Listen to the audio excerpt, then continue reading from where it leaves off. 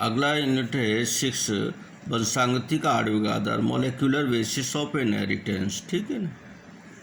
तो इसमें गुणसूत्र जो है किसके बने होते हैं? प्रश्न में याद गुणसूत्र क्या है, गुणसूत्र किससे मिलकर बने होते हैं?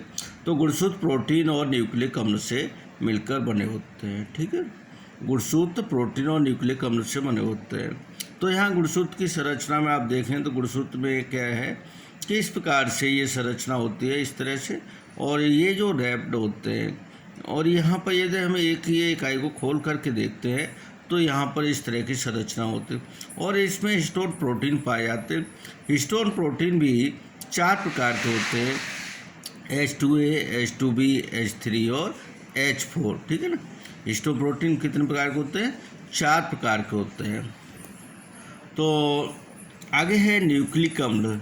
तो न्यूक्लिक अम्ल की खोज स्वीडन के वैज्ञानिक फ्रेडरिच मिशर ने की, और न्यूक्लिक अम्ल की और इन्होंने ये केंद्रक में पाए जाने के कारण इसको न्यूक्लिक नाम रखा, जो न्यूक्लियस में पाया जाता है। और इन्होंने सर्वप्रथम पश कोशिकाओं में देखा।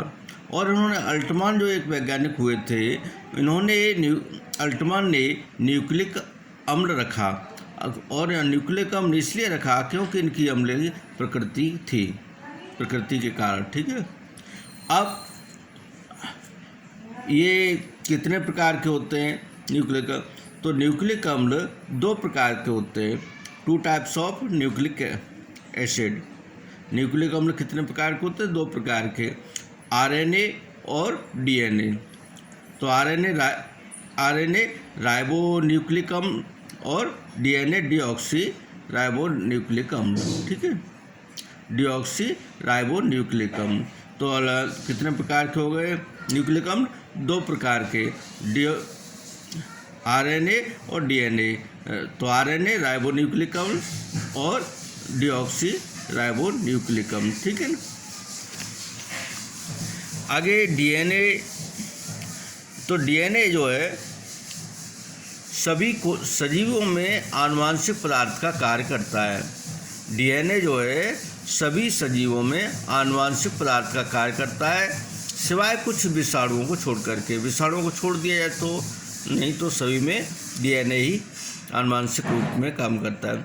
लेकिन ये टीएमवी टोबैको मोज़ेक वायरस और HIV human immuno virus and influenza में आरएनए आनुवांशिक पदार्थ का कार्य करता है। ठीक। इनमें जो है TMV tobacco mosaic virus, human immuno virus and influenza में आरएनए आनुवांशिक पदार्थ का कार्य करता है। ठीक। तो डीएनए आनुवांशिक पदार्थ होता है। 1902 में सटन बोवेरी ने प्रस्तावित किया कि आनुवांशिक सूचनाएं गुणसूत्रों के द्वारा एक पीढ़ी से दूसरी पीढ़ी में स्थानांतरित होती हैं। फिर ध्यान देंगे, सन 1902 में सटन व बोवेरी ने प्रस्तावित किया कि आनुवांशिक सूचनाएं गुणसूत्रों के द्वारा एक पीढ़ी से दूसरी पीढ़ी में स्थानांतरित होती हैं। फिर भी विवाद रहा कि डीएनए या प्रोटीन आनुवांशिक पदार्थ है, ये विवाद बना रहा। तो डीएनए के आनुवांशिक पदार्थ होने के पक्ष में प्रमाण, तो इसमें ग्रिफिथ का रूपांतर प्रयोग था, वो उसके बारे में मैं कल बताऊंगा। ठीक है। तो डीएनए के आनुवांशिक पदार्थ होने के पक्ष में जो प्रमाण है, तो ग्रिफिथ का रूपांतर प्रयोग है, उसके बारे में मैं कल बताऊंगा।